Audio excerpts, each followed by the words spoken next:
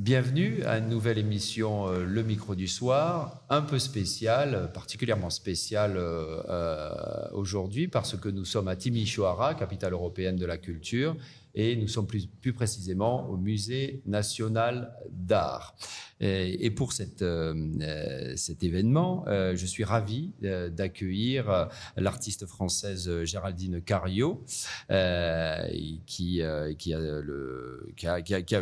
commencé son exposition à l'Institut culturel de Roumanie, boulevard Loga, et puis Julien Ciapone-Lucchesi, conseiller de coopération et d'action culturelle et directeur de l'Institut français de Roumanie. Alors, je vous propose de parler de cette nuit de la philosophie. Je crois que c'est, vous me direz Julien si je me trompe, c'est la troisième édition à Bucarest et c'était la première édition à Timișoara et la première édition hier soir à Bucarest. Alors, la thématique de cette nuit de la philosophie est tout à fait pertinente, elle est essentielle, c'est Omul viitorului, l'homme de demain. Et si vous le permettez, Julien, j'aimerais que Géraldine commence à un petit peu essayer de répondre à cette question. J'invite les auditrices et auditeurs, donc évidemment, à découvrir cette exposition qui vient de démarrer à l'Institut culturel de Roumanie. L'Institut culturel français de Roumanie. Et pourquoi j'aimerais que vous commenciez à parler de cette thématique sur votre site qui est très très bien, que je conseille, géraldinecario en un seul mot.com. On peut lire que chez vous tout est question de mémoire, inlassable chineuse d'objets rouillés, troués, cassés. Elle leur donne une seconde vie, les élève au rang de reliques dans une installation majestueuse, les intègre à ses cabinets de curiosité, les dignifiant à la manière des studiolos de la Renaissance. Vous faites un travail conséquent sur le passé, sur ces objets qui vous tiennent à cœur, notamment les appareils photo. Alors cette question sur l'homme de demain, comment elle vous interpelle ? Je crois que je nous vois, chacun d'entre nous, à chaque instant, comme une somme de strates. Des strates de ce que nous avons vécu nous, des strates de ceux qui nous ont précédés ont vécu eux-mêmes, les objets en étant les témoins silencieux en quelque sorte. Et pour moi, cette phrase des racines et des ailes qu'on trouve dans le Talmud est très importante. C'est-à-dire que pour aller vers l'avenir, et c'est évidemment l'essentiel, il faut s'asseoir sur un terreau solide et fertile. Et ça, une graine qui vole dans l'atmosphère sans savoir où s'enraciner aura du mal à pousser. Donc voilà, l'homme qui vient doit d'abord s'enraciner pour grandir fortifié. Et vous avez un petit peu le sentiment parfois que justement cet enracinement, on a tendance à l'oublier et qu'on va vers l'avant, un peu comme une fuite, et puis on oublie. Son importance, disons, me semble minimisée. Plutôt ça. Et alors que moi, ce qui m'intéresse dans mon travail, même s'il s'agit, c'est vrai, de passé, de traces, etc., c'est la vie. C'est-à-dire en quoi ça peut nous aider à vivre mieux. Je ne fais pas l'apologie des sépulcres et des cimetières. Je fais l'apologie de la vie et de ce qui nous est nécessaire pour mieux vivre. On le ressent d'ailleurs dans vos installations qu'il y a justement non pas cette ambivalence, mais cette complémentarité entre ce qui a vécu et puis il y a des petites étincelles qu'on voit à chaque fois. C'est ça. Pour moi, c'est vraiment central dans mon travail. C'est qu'est-ce qu'on répare pour mieux vivre. Comment on répare le monde, qui est ça aussi une vieille idée de la Kabbale, de la réparation du monde. C'est-à-dire le rôle de l'homme serait de rendre le monde meilleur, quoi. Et comment on fait? Il est imparfait, il faut s'en accommoder. Le monde est imparfait, nous sommes imparfaits également, et c'est très bien comme ça, sinon on serait mort. Et comme nous sommes vivants, il y a des choses à faire. Très bien. Alors, on va revenir. Moi, je suis aussi curieux. Vous m'avez dit en préparant cette émission de belles choses sur Timișoara. C'est une ville que vous visitez pour la seconde fois. Donc, on va en parler. Julien Chiapponi Lucchesi, moi, j'aimerais bien votre réponse à cette... Parce que c'est une question, cette thématique. Ah, je ne sais pas. Je ne sais pas si c'est une question. Okay. Pour l'instant, je voudrais d'abord donner 2-3 éléments sur le contexte et puis ensuite répondre à votre question. Le contexte de la nuit de la philosophie, vous l'avez indiqué, c'est d'abord une expérience, on va dire, commune, qui est née en France à l'École normale supérieure, la rue d'Ulm, que Monique Cantos-Perber, il y a plus de 10 ans, qui a ensuite été reprise par le réseau culturel français à l'international. Donc, on a eu des nuits de la philosophie dans différentes villes. Et puis, notre directrice déléguée, Tila Rudel, ici, à l'Institut français de Roumanie à Timișoara, a voulu la reprendre pour la Roumanie, l'instaurer ici à Timișoara. Ça a bien pris. On a même une image qui est restée la même, c'est l'espèce de chat que j'ai apporté avec moi. Et puis, moi, j'ai décidé que ce devait être quelque chose qu'on partage avec les autres villes dans lesquelles l'Institut français de Roumanie est implanté. Je rappelle à Iași, à Cluj, à Timișoara et à Bucarest, donc le siège. Et donc, cette année, on a voulu que ce soit hier à Bucarest et aujourd'hui à Timișoara. Et cette nuit de la philosophie, évidemment, elle a une thématique générale qu'on essaye de changer chaque année. Et cette thématique de l'homme qui vient, je réponds à votre question maintenant et je réponds aussi en m'appuyant sur ce que Géraldine vient de dire. Hein.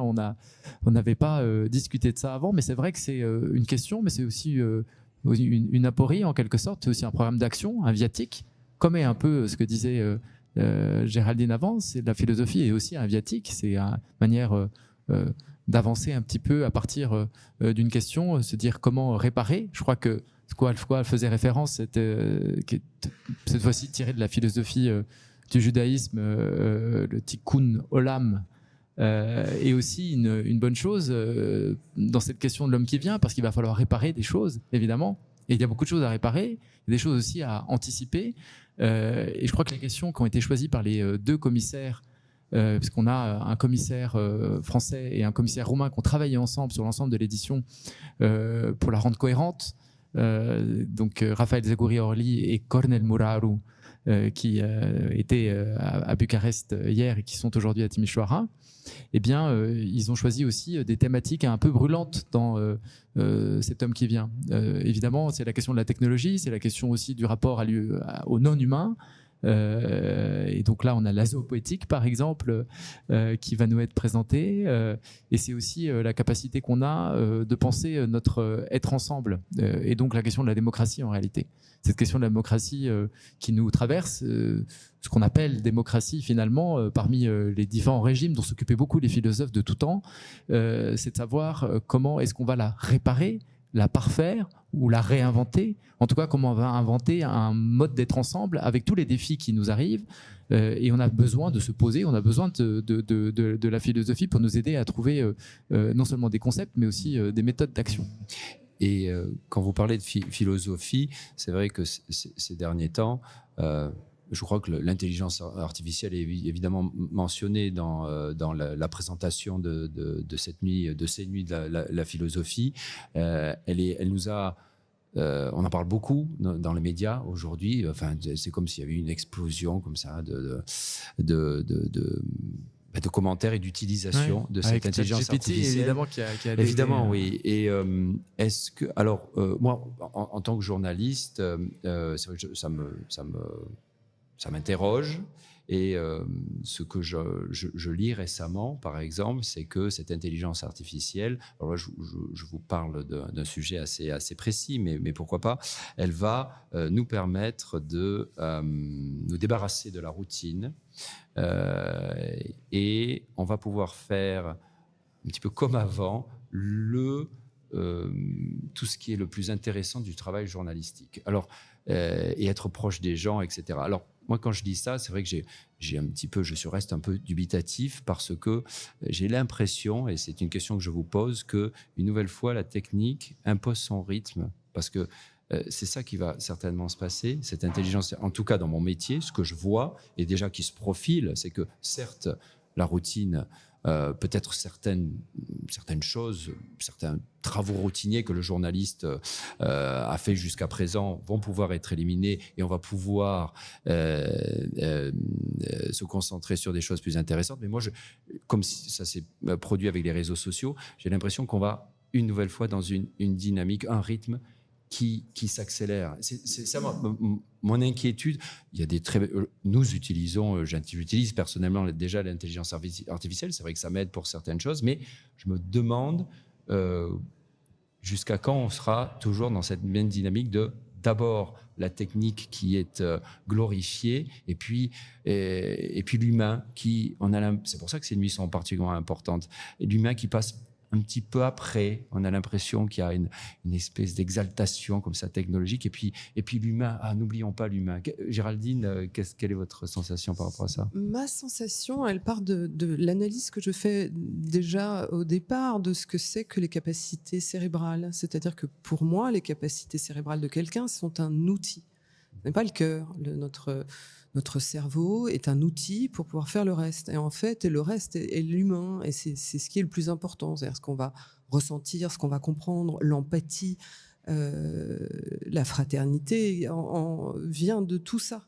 Et donc, l'intelligence artificielle, comme le reste, c'est un outil. C'est ce qui se rapproche le plus de nos capacités cérébrales et il faut le prendre comme tel. Alors, si on ne se trompe pas de diagnostic au départ sur ce qu'est un homme, on ne se trompe pas non plus de diagnostic sur ce que c'est que l'intelligence artificielle, et donc on s'en effraie moins. Oui, d'accord, très bien, je suis d'accord avec ce que vous dites, ça doit rester un outil. Qu'est-ce que ça vous inspire aujourd'hui, cette intelligence artificielle, Julien Chiappone-Lucchesi? Bon, c'est une vaste question. Je dirais juste que pour ne pas m'étendre trop, et aussi parce que je pense que c'est une question extrêmement complexe, c'est que l'accélération dont vous avez fait part est une accélération qu'on peut sentir réellement, et que la question de se poser si on veut plus ou moins d'humain, à mon avis, n'est pas la bonne question, parce qu'en réalité la technique provient de la capacité humaine de la mettre dans le jeu, dans le champ de sa vie et de la manière dont il habite le monde. Donc la question plutôt effectivement est de savoir où on se situe à chaque instant et quels choix de société on fait, et notamment comment ces choix de société peuvent se transcrire à l'échelle à laquelle nous parlons. Et on se parle de l'époque grecque, l'échelle de la cité était une échelle où on pouvait maîtriser les choses d'une manière différente que l'échelle de la globalisation et de l'accélération d'absolument tout, y compris de l'accélération de données dont on ne maîtrise plus du tout l'origine, c'est-à-dire quand on parle d'algorithmes, quand on parle de ce type de données-là, leur multiplication à des échelles infinies fait qu'on n'est plus du tout dans la maîtrise. Donc à un moment donné, il faut maîtriser l'organisation et prendre des décisions éthiques et politiques. Ouais, tout à fait. Ouais. Ce que vous dites me rappelle le philosophe français Paul Virilio qui travaillait sur l'accélération, ou l'allemand Hartmut Rosa aussi qui parle de ça, de comment nos sociétés ont tendance à accélérer. Alors, plus prosaïquement, Julien Chiappone-Lucchesi, j'aimerais qu'on parle un petit peu de l'Institut français de Roumanie à Timișoara. Je vais citer quelques événements qui vont avoir lieu début juin. La un moment date, il y aura également Ciao Cinema mi-juillet et le festival Impulse cet automne. En juin. En juin, le festival Impulse. Pardonnez-moi de cet impair. Alors, quelques mots sur ce qui va se passer à Timișoara, mais je sais également que vous êtes président unique, c'est comme ça qu'on le prononce, unique Roumanie, oui, unique, oui. Unique, comme vous voulez. Voilà. Donc vous êtes président, donc c'est une présidence qui tourne, hein, c'est ça. Vous êtes en ce moment, et donc c'est le réseau des instituts culturels européens. C'est une seconde question. Je me demande comment on fait pour coopérer plusieurs instituts nationaux, surtout que chacun en Europe a sa politique culturelle particulière. J'aimerais aussi que vous nous parliez j'aime bien quand vous parlez du concept de diplomatie douce que les Anglais ont traduit par soft power Oui, éventuellement. et que nous, on parle d'immersive d'influence. Alors, ça fait beaucoup de questions. Oui, excusez-moi. J'essaie de les prendre de façon méthodique pour juste dire d'abord que, comme vous l'avez indiqué, on est à Timișoara, au Musée national d'art, et on est aussi le soir où l'exposition Victor Brauner se termine. Victor Brauner, au-dessus de Qui a Paul démarré en février. de Paul Nagou d'ailleurs, qui est aussi une belle exposition. Cette exposition de Victor Brauner est la première rétrospective dédiée à l'artiste en Roumanie. Elle a été faite comme une exposition hors les murs, en quelque sorte, du Centre Pompidou, avec Art Encounters, avec le musée, le Judeth, et évidemment avec l'Institut français de Roumanie et l'ambassade de France. Pour nous, c'était extrêmement important qu'elle se réalise ici parce que ça a permis d'ouvrir la capitale européenne avec cette coopération franco-roumaine qui, je crois, a eu énormément de succès, énormément d'attention, qui a été une réussite. Je crois qu'on peut s'en féliciter. Il faut savoir aussi se féliciter des réussites. Et c'est la première partie de notre, on va dire, durant la capitale européenne, ce que nous proposons en termes d'art visuel de majeur, puisque la deuxième partie, en septembre, fin septembre, sera aussi ici, dans ce même musée, ce même lieu, l'exposition de rétrospective Brancusi. Donc la capitale européenne, c'est important pour nous et vous avez indiqué un certain nombre d'actions que l'Institut français de Roumanie à Timișoara propose. On a un programme culturel riche, mais il est évidemment rehaussé de cette teinte de la capitale culturelle cette année, à laquelle on participe avec le Festival Impulse notamment, puisqu'il est aussi cofinancé par le centre de projet, et qui est un festival important parce que je crois qu'il correspond aussi à une idée que l'on a devant les capitales européennes et sur lequel je reviendrai brièvement, c'est qu'une capitale européenne, c'est pas juste un festival d'action. C'est une façon de transformer la ville en amont et de la transformer aussi pour un certain nombre de temps et de la penser pour l'après et de penser la relation qu'a une ville par rapport à ses propositions culturelles, par rapport aussi à ce qu'elle veut dire d'elle-même. Et c'est un temps privilégié pour pouvoir le penser en européen et pour pouvoir aussi se présenter au monde, en tout cas se présenter à ses pairs européens sous cette image-là. Et donc, le Festival Impulse, c'est une manière de redéfinir un territoire, c'est une manière de faire se croiser les disciplines et les nationalités. Excusez-moi, Festival Impulse, c'est principalement quel genre de spectacle? C'est multidisciplinaire. C'est multidisciplinaire, c'est du d'accord. cirque, c'est des... Ah oui, surtout du cirque, non, je oui, crois, c'est hein. les arts de la rue, mais c'est aussi, on pense comment dans le quartier Traian, on va pouvoir se réapproprier son territoire, travailler avec les habitants, c'est un travail en amont, et puis c'est aussi derrière des traces à laisser. Mais ce que je veux dire là-dessus, c'est que justement, c'est un peu l'essence aussi de ce que peut être une capitale européenne de la culture, c'est-à-dire à un moment donné, on laisse des traces, des empreintes et on engage ses habitants et la participation des habitants. Mais derrière, donc, il y a aussi la présence de la Comédie Française, il y a la présence très bientôt là, de l'Orchestre National de France aussi qui sera ici. Tout cela n'est pas organisé par l'Institut français en particulier, peut être facilité, co-organisé, mais il y a beaucoup de présence française. Pourquoi ? Parce qu'en fait, on se rend compte que de manière générale, tout de même, nous sommes les premiers partenaires culturels de nos amis roumains dans le pays, et y compris pendant la capitale européenne. C'était le pari qu'on avait fait, et je crois qu'au fur et à mesure qu'on avance, il est réussi. Mais dans une capitale européenne, on agit en européen. Vous avez parlé de UNIC, le cluster UNIC, dont je précise local, je suis le président du cluster local, avec dans la vice-présidente étant ma collègue italienne de l'Istituto Italiano di Cultura. Et pour nous, c'est important de travailler en européen, à tel point qu'on a eu cette idée d'ouvrir, et quelque part ce soir, le soft opening de cette, encore une fois, une histoire de douceur, le soft opening de ce lieu qui sera ouvert officiellement au courant du mois de juin. La date n'est pas complètement encore fixée, probablement la deuxième période, ce lieu et qui est au Bastion Maria Teresa. Et qui est un lieu spécifique qui est à Timișoara. Très beau lieu, ouais. Très beau lieu qui nous a été prêté pour l'occasion par la mairie de Timișoara avec une subvention, puisqu'on a présenté un projet qui a été retenu par le centre de projet. On a un projet collectif, un projet de l'ensemble des instituts, des 14 membres du cluster.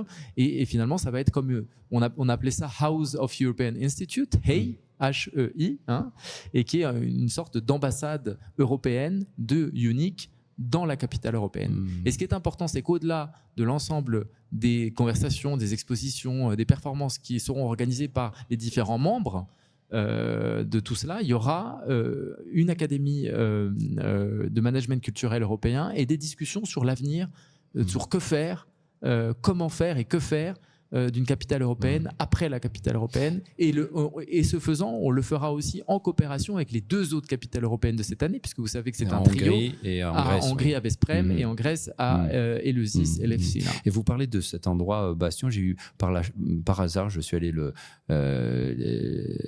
visiter ce matin.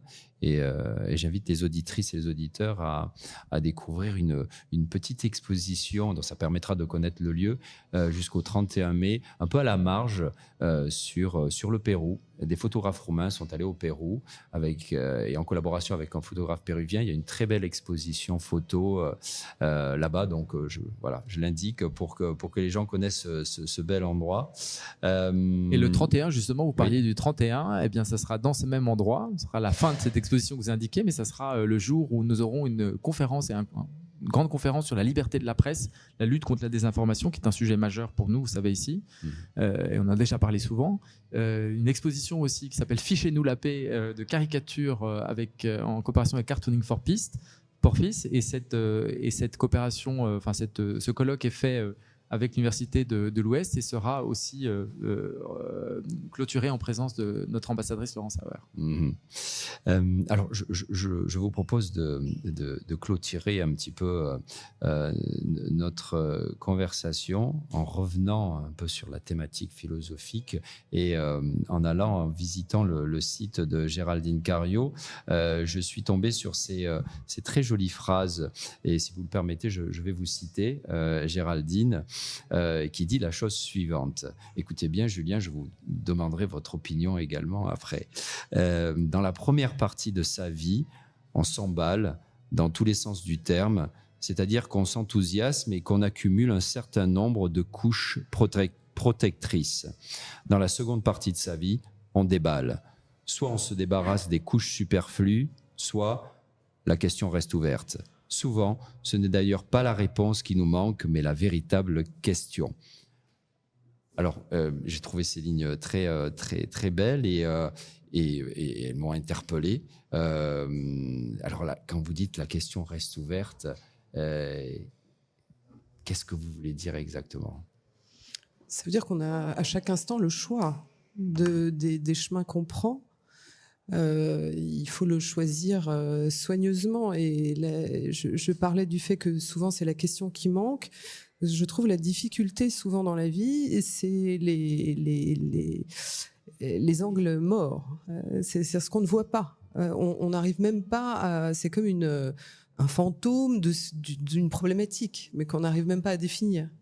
Et donc, voilà, on marche à tâtons, on essaye de jeter un peu de farine sur la forme pour essayer de la comprendre, parce que elle est soit inaudible, invisible, etc. Et pourtant, c'est ça qui nous bloque dans notre évolution. Alors, est-ce que ça veut dire qu'il faudrait être particulièrement essayer d'être le plus sensible possible à notre présent et à notre présent, à ces choses qu'on a du mal à comprendre et qui sont là. Mais être présent au monde, oui, ça veut dire quelque chose. C'est présent à ce qu'on ressent, présent aux autres, présent à ceux qui nous ont précédés. C'est un peu aussi l'objet de l'exposition que je présente à l'Institut français. C'est ce voyage de Paris à Odessa. C'était comment être présent dans des endroits et être à la fois présent à soi-même et présent à ce qui a été et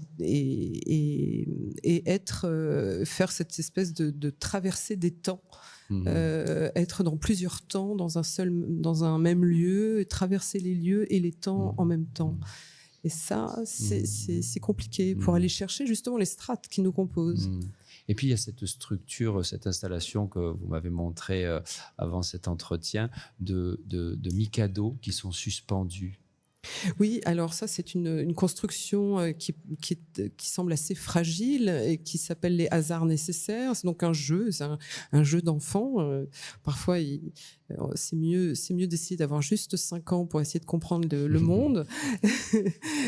Et donc, ça partait de cette sensation un peu vertigineuse de la très faible probabilité, disons, quelle chance y avait-il qu'on soit nous ici, à ce moment-là, dans ce lieu-là, à parler ensemble, il y a 5 ans. Qu'est-ce qu'il a fallu, par exemple, quel fil il a fallu tirer pour qu'on soit là, tous les 3 réunis? C'est vertigineux, enfin, ça ne devrait pas être. Et pourtant, c'est comme si on avait tous gagné au loto à chaque instant. Et donc, c'est ça, cette construction des Mikado, c'est une construction improbable, dont nous sommes le résultat. Est-ce qu'éventuellement, c'est quelque chose, vous avez la sensation, qui était prédestiné éventuellement? Est-ce que parfois, cette prédestination... Moi, je ne saurais pas dire. Je crois au libre arbitre, même s'il est infinitésimal. Je ne sais pas dans quelle mesure il existe ou pas, mais en tout cas, je veux y croire. Et puis après, peut-être à la fin des courses, je verrai que non, mais j'aurais fait comme si on avait le choix. Très bien. Julia? Moi, ce que j'aime beaucoup dans le travail de Géraldine et son approche,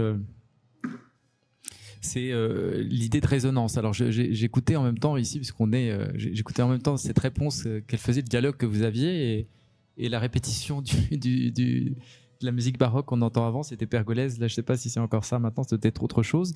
Et cette beauté, en fait, là, cette beauté un petit peu qui résonne, c'est un petit peu ça qu'on ressent lorsqu'on approche le travail de Géraldine. Et qui n'est pas mortifère, ce qu'elle disait au départ. C'est-à-dire, il y a quelque chose, il y a une salvation en quelque sorte dans la beauté des choses qu'on arrive à restaurer. On restaure de la beauté, donc on répare quelque chose. Cette beauté, elle n'est pas uniforme, elle n'a pas un standard, mais une énergie. Et donc c'est ça que moi je retiens surtout de ce travail, c'est l'énergie cohérente qui en fait qu'elle est elle-même en tant qu'artiste, qu'elle arrive à donner à un projet et à une exposition. Et donc ce qui est important pour nous dans ce Paris-Odessa aussi, c'est que Géraldine ne l'a pas dit, mais je vais le dire, c'est que ça passe par la Roumanie à un moment donné. Peut-être tu peux dire un mot là-dessus. Oui, c'est important. En fait, ce voyage est le résultat un jour, j'ai décidé d'aller dans tous les endroits dont j'avais entendu parler dans mon enfance. Et entre autres, une des phrases était « Ton grand-père est né à Rona de Sousse », donc dans les Maramuresh. Mais au moment où je l'ai entendu, je ne savais absolument pas où était Rona de Sousse. C'est près de Sighetu Marmațiu, dans les Maramuresh. Et moi, je pensais, mon grand-père parlait hongrois.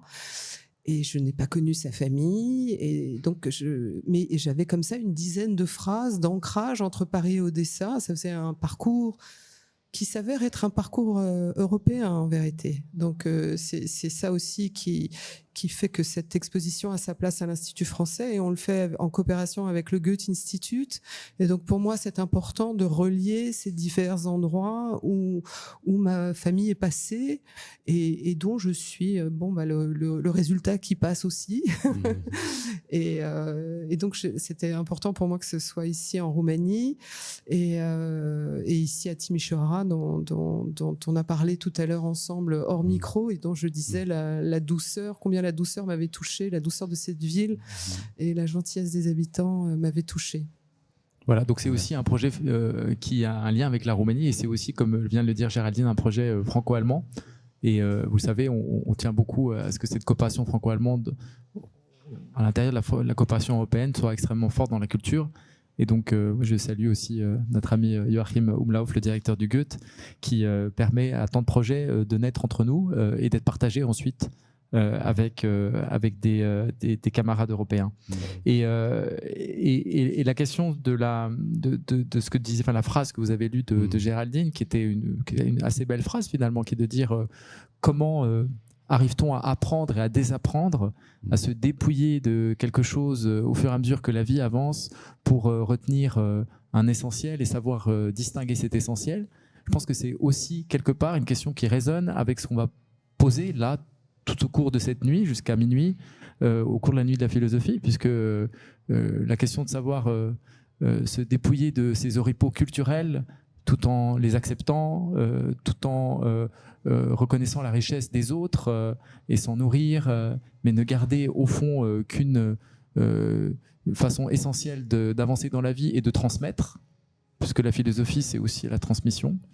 C'est probablement une des choses qu'on peut partager entre le vis-à-vis, au sein du vis-à-vis de cette exposition Paris-Odessa et de cette nuit de la philosophie à l'Institut français de Roumanie à Timișoara toute cette nuit. Très bien. Géraldine, l'exposition, elle dure jusqu'à l'automne. Jusqu'à l'automne.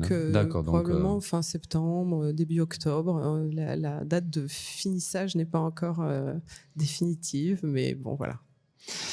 Très bien. Mais je vous remercie à tous les deux d'avoir participé à l'émission le micro du soir à Timișoara, une émission si spéciale. Merci Laurent. Merci à vous. Merci beaucoup.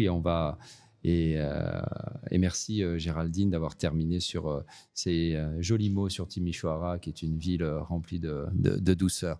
Chères auditrices, chers auditeurs, je vous dis à la semaine prochaine depuis Bucarest à ce moment-là. Et merci à vous, Weekend Plakout. À bientôt. Au revoir.